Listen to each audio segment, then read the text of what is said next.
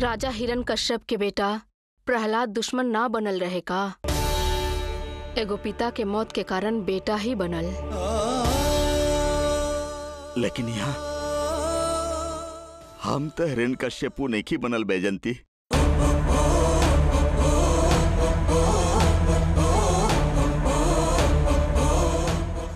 बुरा नियत रखे वाला के असुर ही कहल जाला। पहले तू जितना बुरा कैले बड़ा ओकरा बारे में सोचा। तहर बेटा के पास हमारा आइला कम से कम 20 साल हो गए, लेकिन तू एक बार भी अच्छा बाप बन के बनारस आके ओके देखला है का? हम तो ओकरा के जब वो 4 साल के रहे तब से पाल पोस के बड़ा कैले बानी, लेकिन तू तो एगो बुरा बाप बन गईला। हम तहरा के बार बार कहत रहे कि तू बनारस आवत रहा। तू हमर बात ना मनला, अपन जिद पे अड़ल रहला। अब हम ही ओकरा खातिर ओकर माई ओकर बाप सब कुछ हई, और तू एगो बुरा बाप बन के रह गईला। हम तहके कितना बार कहनी तू बनारस आवा, उससे मिलत रहा, ओके हिम्मत देत रहा, पर तू बात ना मनला। ओकर बचपन में तू ओकर साथ ना देला, अब बुढ़ापा आइला पे उ तहार साथ दी, ई कैसे हो सकेला? कर्म के बारे में तू जानत रहा ना, तो तहार बुरा कर्म ताके ना सताई का?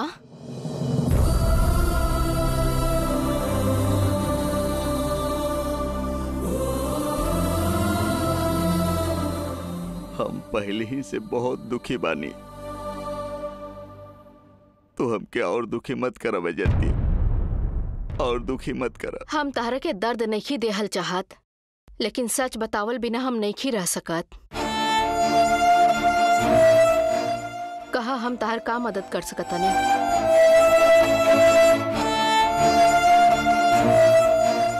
बैजंती, ये अपन हाथ ना अपन पैर समझ ला। हमरा और हमार बेटा के बीच के गलतफहमी दूर कर दा। एक बार, सिर्फ एक ही बार वो हमरा अपन मुंह से बाबूजी कह के बुला देवे, तो हमारा आत्मा के शांति मिल जाए। हमरा खातिर इतना करबू बहन, इतना करबू ना? हम तो बस यही कोशिश में बानी। पिछला 20 साल से हम यह करत आनी, लेकिन उ तहरा बारे में ना बदलल। हम दोबारा कोशिश करब, अगर वो बदल जाई तो राउर किस्मत होगी, और अगर वो ना बदलल वो राउर किस्मत।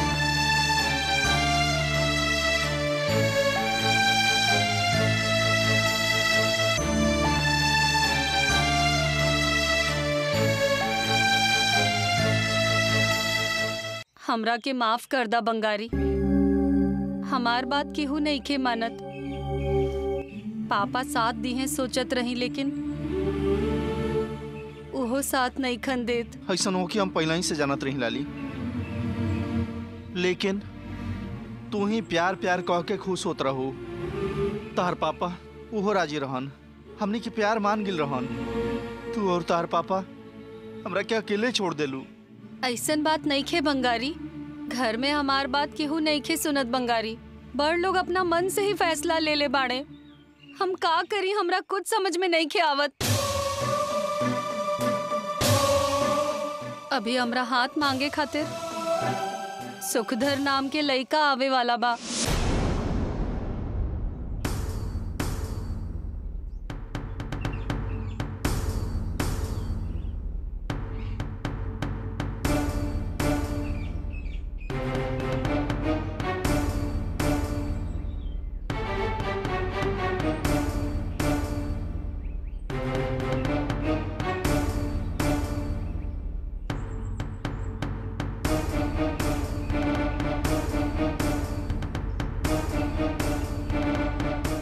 हम तारा से एगो बात कहे चाहतानी। का बात बा? कहा बुआ। तहार पिताजी के बारे में।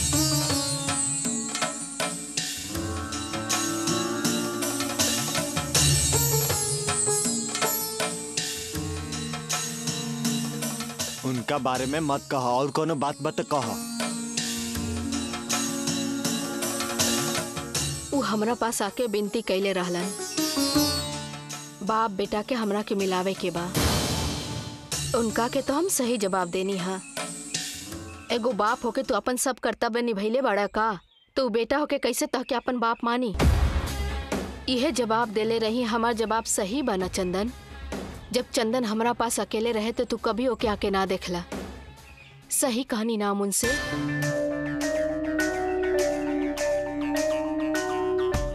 सही जवाब देलू बुआ। जब हमरा माँ चाहे बाप चाहे कह के तड़पत रहनी, तब तू हमरा के गोदी में लेके गाना सुना के सुतैले रहलू। केवल जन्म दे देहला से ऊ हमार बाप ना बन जाइए बुआ। हमरा के प्यार से रखे वाला, हमार पालन पोषण करे वाला केवल तू हो बुआ। उनका वजह से हमार जन्म भइल यही के उनकर कर चुकावे हम आइल बानी। उनकर बेटा ना हो जाइब। हमरा उनका से कौनो लगाव नहीं है। तहार पिताजी तहरा साथे अन्याय कैले बाड़े, ऊ हमरा साथे भी एगो अन्याय कैले बाड़े। हमार खुशहाल जिंदगी के ऊ बर्बाद कर देहले, और ई बात हम कब्बो ना भुलाइब। हमरा अंदर ऊ आग अभी भी चल रहल बा। बार बार काहे ऊ बात के याद करेलू? दर्द के भूल जाए के चाही। हम कैसे भुला सकेनी?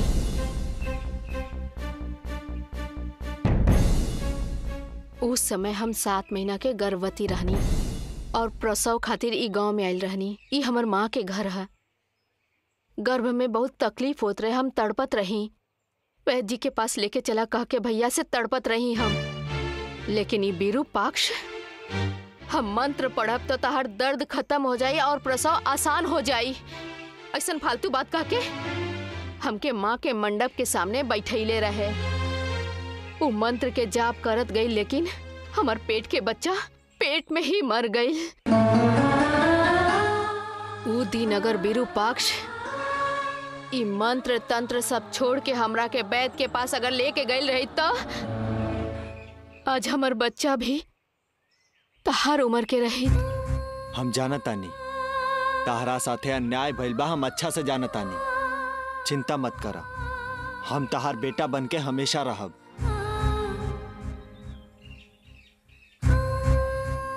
गलती करे वाला लोग, धोखा देवे वाला लोग शांति से रहे, और हमनी लोग दर्द सही। तहार पिताजी हमके और तहके दर्द देले बाड़े और खुद शांति से रहत रे, और एजा हमनी तकलीफ उठा रहल बानी।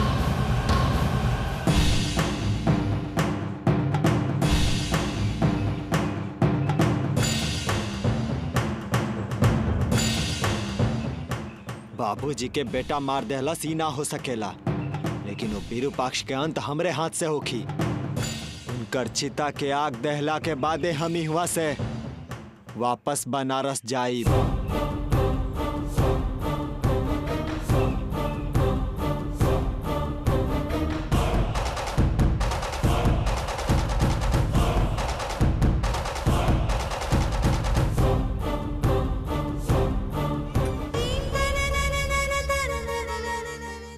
तू ओकरा से शादी करा, खुशी से रहा। तू अभी हमरा के हिम्मत देवे खातिर आइल बड़ू। तू हमरा के ना मिलबू तो चंद्रधर से शादी करा, चाहे विद्याधर से शादी करा, हमरा कोनो फर्क ना पड़ी। जौन कहे के रहे तू कह देलू, अब तू निकला। आगे से तू कभी हमरा सामने मत आई हो। हम का करी बतावा? हम तहार बात सुने खातिर यहाँ नहीं खी आइल। तू ऐसन बात करबा तो हमरा के छोड़ दलाली। ये तकलीफ और दर्द गरीब की आम बात है। हमार जिंदगी कैसा कट जाई। ये चप्पल संभाले वाला के 2 जून के रोटी के चिंता करे के चाहिए, प्यार के ना सोचे के चाहिए। तू कहीं भी रहा, खुश रहा, हम यह चाहते नहीं।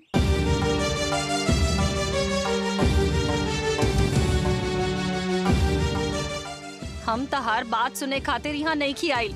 हमार शादी हो रहल बा, हमार घरे आके बात करबा ई सोच के आई नहीं हत, लेकिन तू ई सब बात काहे कर रहल बाड़ा? हमरा बेवकूफ मत बनावा। तू हमरा के एगो खिलौना समझ तड़ू का लली। हम तारा घर में आके लड़ाई करके मर जाई तू ये चाहतड़ू ना तो गाँव वालन से हमार बेइज्जती चाहतड़ू। हम ऐसे कैसे तहार बेइज्जती होके दे? तू हमरा के ऐसे नहीं समझ ले बाड़ा का? हम तहरा अलावा केहू और से शादी नहीं कर सकत। हमार शादी होखी त तहरा से। ई बात घरे आके कह द। ई बात तू अपन घर में कह सकेलू? हम बंगारी से ही शादी करब, तू अपन घर में नहीं कह सकत? और हम झगड़ा करके तार घर से तारा के लेके आई का? मार बेइज्जती इल्जाम खाली हमरे होए के चाहिए। हमरा के छोड़ दलाली। तू हमरा ना चाहिए और ना तार प्यार चाहिए।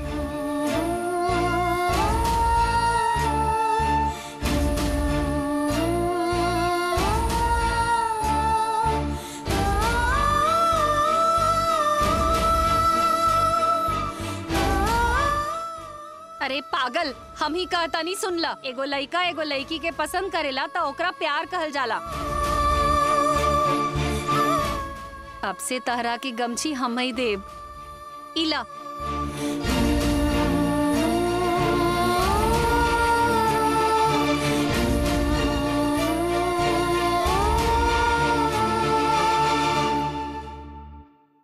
ई कहा ऐसा लागता कि कोनो टोना टोटका वाला जगह पर लेके आइल बा। बहुत बढ़िया। रउआ खाली पूजा पाठ करे नहीं, हम यह सोचत रहनी, लेकिन रउआ बुरा शक्ति के भी माने नहीं। आज पता चल गई। ये हमार दोस्त काल रुद्र कल्की के रहे वाला जगह है। वो बुरा शक्ति के साधक है। हम तोहरा से होकर परिचय करवावत बानी। लेकिन हम उनका से बात ना करब और उनका भी बात करे के जरूरत नहीं है। ठीक बा।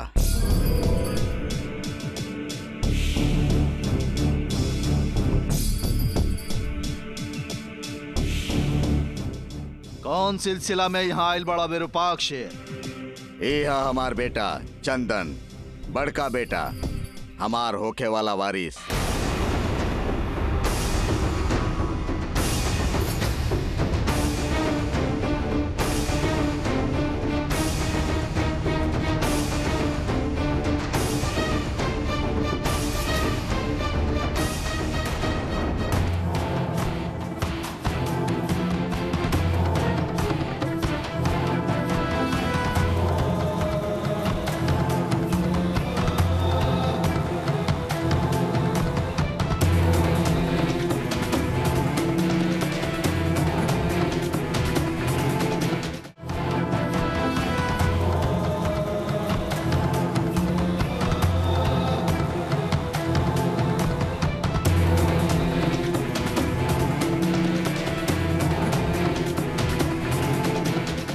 चंदन, ये हमें काल रुद्र सिद्धेश्वर कल्की।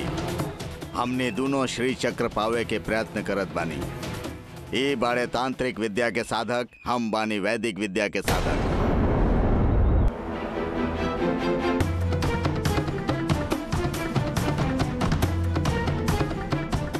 ये हका श्री चक्र के पैदा होखे के कारण बने वाला युग पुरुष।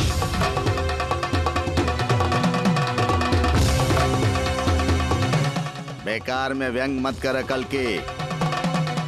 हमरा जितना हमार बेटा में सबर निखे, कौनो समस्या खड़ा मत करिहा। हमनी के बीच में तू मैं ना होके के चाहे। तो का करे के चाहे विरूपाक्ष? श्री चक्र के तू अगर अकेले पावल चाहबा तो ऐसने शब्द जबान पाई। कल्की,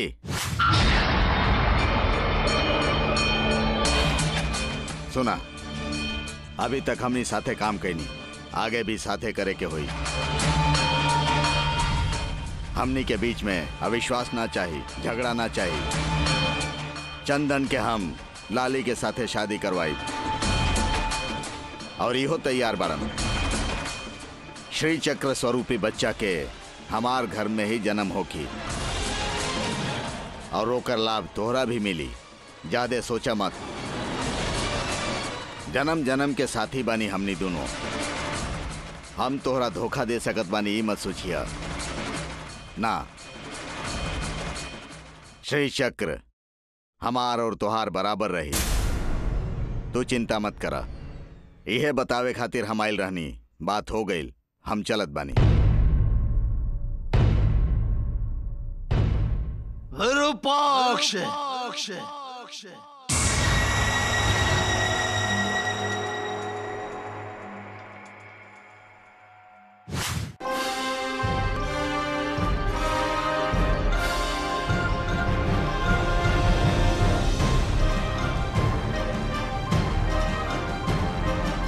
तो योजना अच्छा बनैले रहा, लेकिन तारा और हमरा बीच में सांप नेवला की लड़ाई शुरू हो गई बा।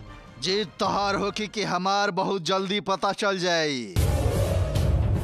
मतलब का कहल चाहत बड़ा तू? बदला के बदला, खेल के टक्कर खेल, अस्त्र के बदले ब्रह्मास्त्र।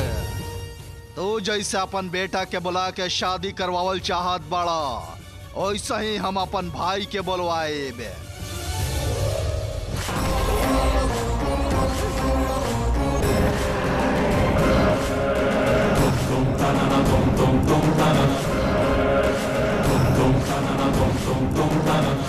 ओकरा से लाली के हम शादी करवाए और श्री चक्र के हम हासिल कर लेब। एक ऐसन बात कर रहा बड़ा तो? सच्चाई, लाली से शादी तहार बेटा ना करी, हमार सहोदर सूर्यांश करी।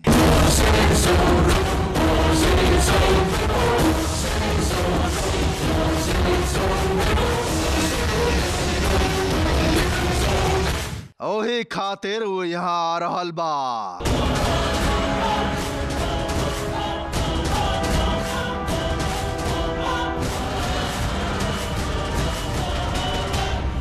लाली के बच्चा तहार घर में ना होखी, हमार कुटीर में हुई। श्री चक्र स्वरूपी वो बच्चा हमार भाई के बच्चा बन के पैदा हुई। ओ बच्चा पर पूरा हक सिर्फ हमार होखी। तहार दया के हमरा कोनो जरूरत नहीं खे। रहम करके हम खुद तहरा के कुछ दे देबे। ओ श्री चक्र स्वरूपी होके वाला बच्चा से तू कुछ लाभ उठा सकबा। कल के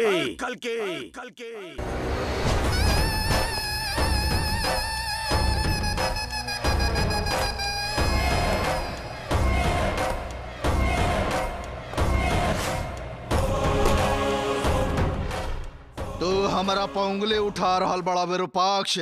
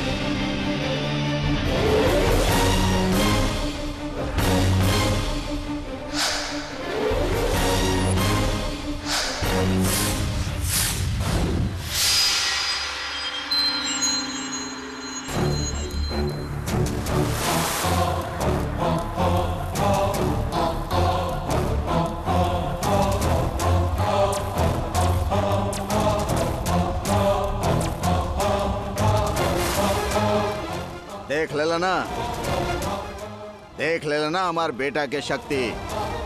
तू अगर तांत्रिक विद्या के बाप बड़ा तो तुहार बाप बा हमार बेटा। शाबाश बेटा, तू बहुत दिन से हमरा साथे काम करत रहे, ऐसे तो राम सांत्वना देवे आयल रहने, लेकिन तू हमरा ऊपर अपन प्रयोग से वार कर देला। अब खत्म, अब तुहार कोनो गलती के क्षमा ना करब। ए चक्रपुरी में अब तुहार दिन खत्म हो गए। अपन बोरिया बिस्तर बांध ला। चला बेटा।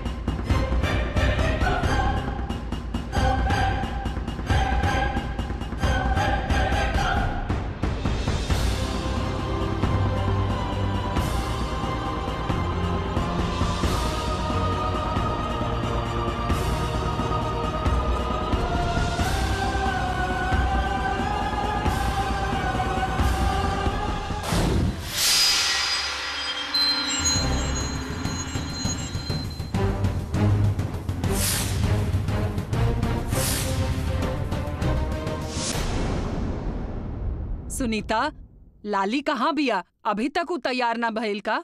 एइजा भगवान के सामने ओकरा पूजा करे के कहनी है। इतना देर करी त कैसे चली? ओकरा जल्दी बुलावा। अरे का तू हमेशा ई ऊ करत रहेलू? अरे लाली कहीं दिखाई नहीं दे रहा। पहले भी यह बात कहलू है और अभी भी यह बात कर रहल बाड़ू। बहुत आलसी बाड़ू तू, एगो काम भी ठीक से नहीं खू कर सकत। ए ललिता, ललिता कहाँ बिया तहार बेटी? तू अपन बेटी के संभाल के भी नहीं खू रख सकत का? ए शेखर, आवत बानी। जल्दी आई जा आवा शेखर। का हो गइल माँ? तहरा पता भी बा तहार बेटी कहाँ बिया? देखा, सब केहू घर में ढूंढ लेलस, तू मंदिर जाके ढूंढ के आवा। ठीक बा माँ।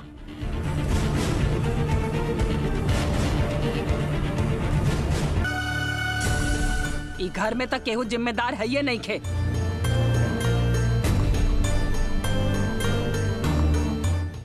कहाँ बाड़े सूर्यांशु? अब तक तो उनका यही जा आ जाके चाहत रहे। अभी आई।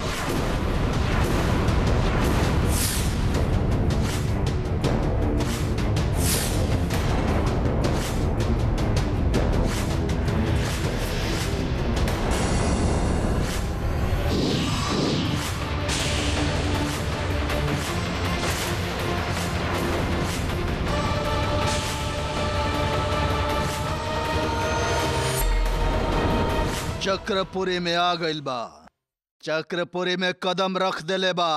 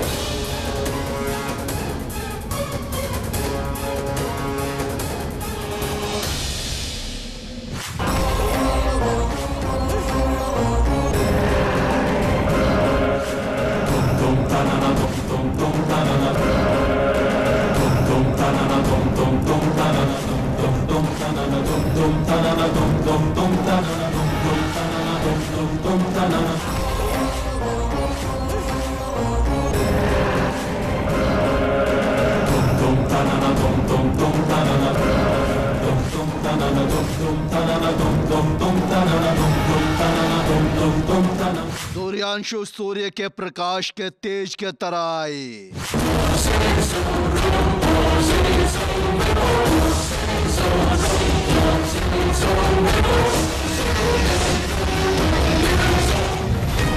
लाली तू कहाँ चल गई रहलू बेटी? हमने के बता के जाए के चाहत रहे, डेरा गेल रहनी ऐसन हम। समय पर तू कहाँ चल गई रहू? तारा अभी घर में रहे के चाहिए। कहाँ चल गई रहू? हम मंदिर गए रही। ठीक बा बात करत रहबू तो देर हो जाई। जल्दी कर तू। सुनीता एके अंदर ले जाके तैयार कर दा। हमके रसोई में बहुत सारा काम बा। चल चल माँ।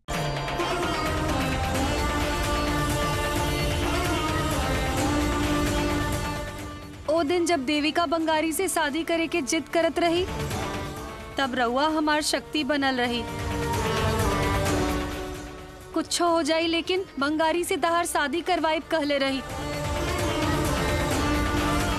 रउआ अपन वादा तोड़ रहल बानी पापा। रउआ हमार साथ देव ई हम भरोसा कइले रही। हमार सपना के रउआ तोड़ देनी। रउआ अपन बेटी के साथ ना देनी।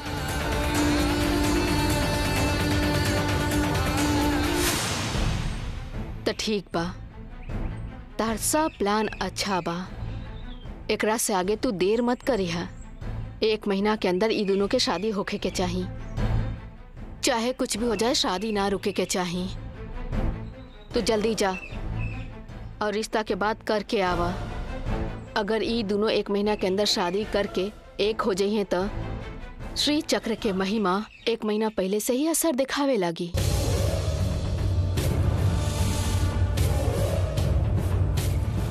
ऐसा ने होके दबे जनती, हम तोहरा विरुद्ध ना जाई। अभी हम शेखर के घरे जात बानी और ओकरा शादी के प्रस्ताव दे के आवत बानी।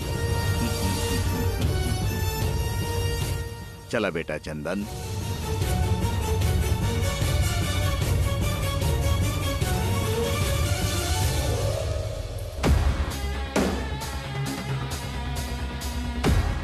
तू जाके आजा चंदन बेटा। ठीक बा बुआ।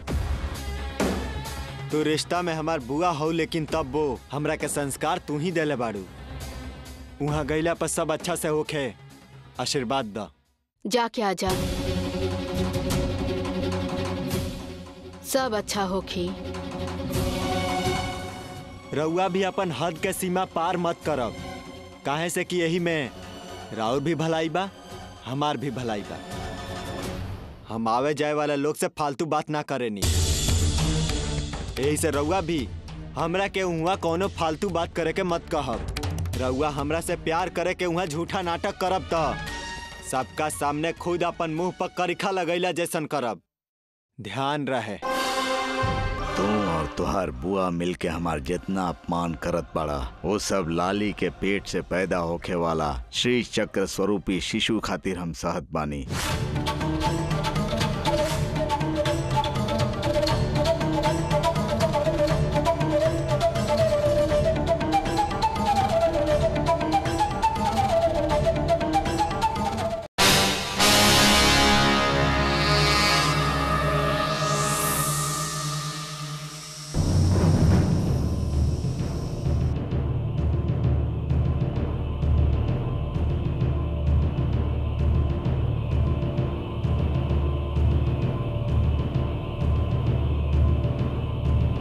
सूर्यांशु ही शंकर शास्त्री के मित्र के बेटा सुख तारा हो।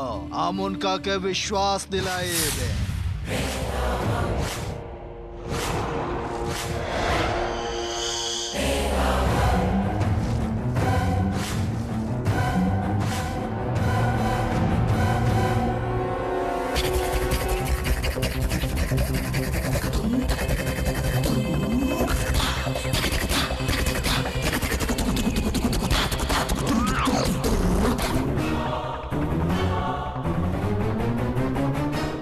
गुरुजी, ये कौन फेस बनीला बनी? कहाँ जाके तैयारी भइल बा? ललिता दीदी के घरे जाता नहीं। लाली के घरे जाइब का? हाँ मणिकंठ, हम उहे जा रहल बानी शादी के बात करे खातिर। सुख तारा के साथे केहू बढ़ के जाए के चाहिए। यही से हम जा रहल बानी। हमहू साथे चली का? कौनो कारण से अब की बार श्री चक्र रूपी शिशु हमार हाथ से दूर चल जाए संभव नहीं के हो सकत। अब की बार श्री चक्र हमारे होखी।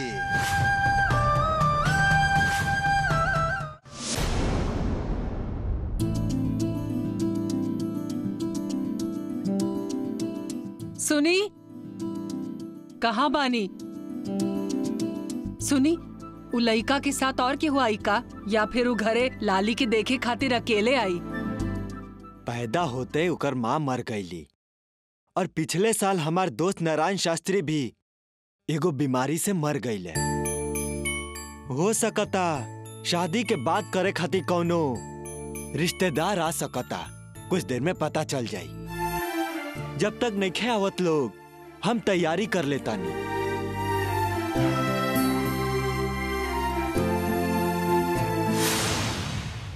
हम बानी नारायण शास्त्री के बेटा सुखदर, ई गांव में लड़की देखे के प्रयोजन से आइल बानी। अब हम शंकर शास्त्री के घरे जा रहल बानी। हमार स्वागत करे खातिर सब लोग हमार इंतजार करत बाड़े।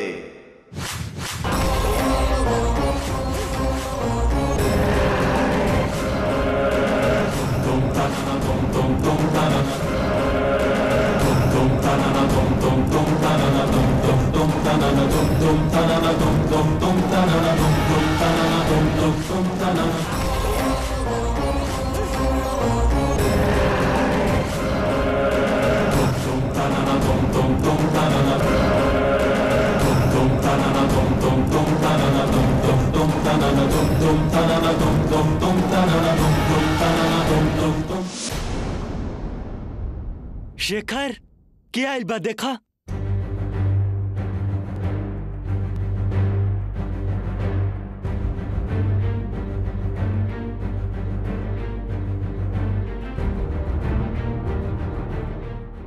तू सुखदर हवा का?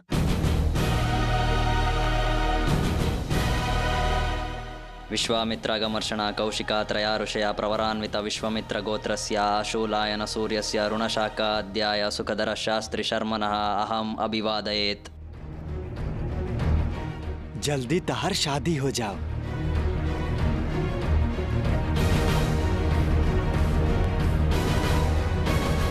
तू अकेले आइल बाड़ा? ना, हमरा साथे हमार मामा भी आइल बाड़े।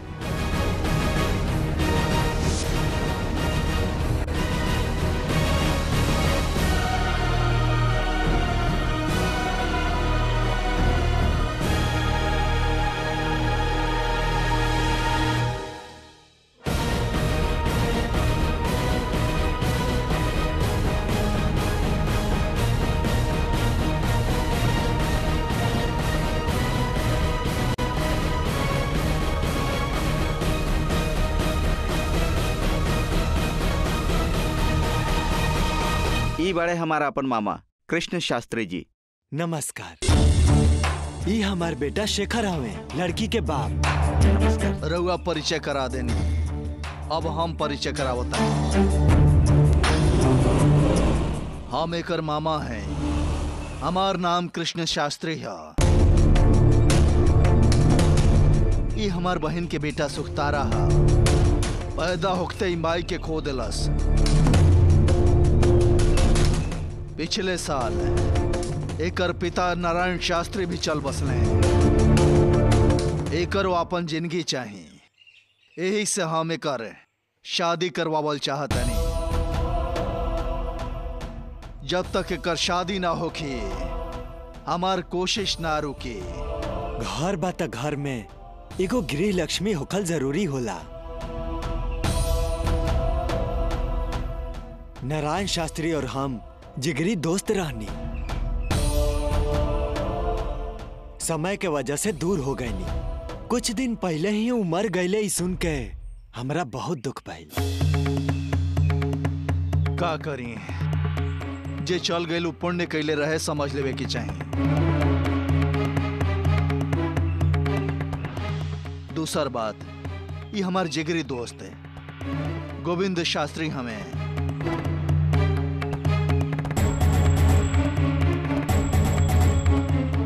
ये हमरा खातिर अपन जान भी देवे खातिर तैयार रहले। यही से राउर मन कितना साफ बा समझ में आ रहल बा। ठीक बा, तो राउर पुरान दोस्त के बेटा और राउर पोती से शादी के बाद के आगे बढ़ावल जाओ का, बाकी बात कर लेल जाओ का। हाँ बिल्कुल, अंदर आई।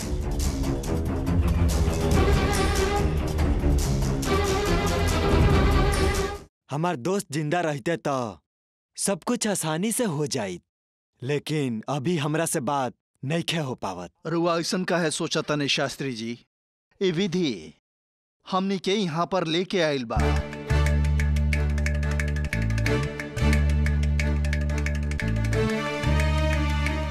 ज्यादा बात करे के का जरूरत बा?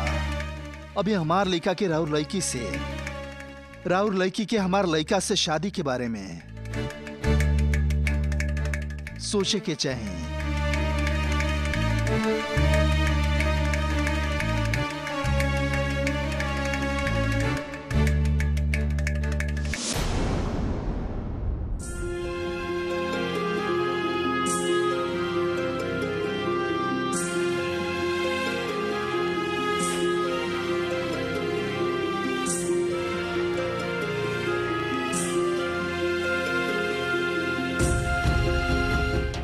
अरे पागल, हम ही कहता नहीं सुनला। एगो लइका एगो लड़की के पसंद करेला तो ओकरा प्यार कहल जाला।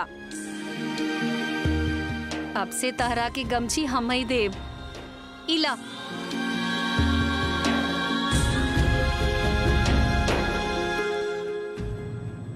जे भी होके हमनी के अच्छा से बात करके फैसला लेवे के चाहिए। काल कोनो गलत बात ना होके के चाहिए। रहुआ जैसन कहब वैसा ही होई। लाली हमरा घर के लड़की ही है, संस्कारवान, सुशील, ज्ञानी। राउर भांजा सुखधर के शादी लाली से कल चाहता नहीं। रहुआ चाहब तो इ मंगल कार्य अच्छा से हो जाई। हमनी के हाथ में का बा? सब उमाई के हाथ में बा। सब उमाई के संकल्प ह। सही कहनी न ललिता जी?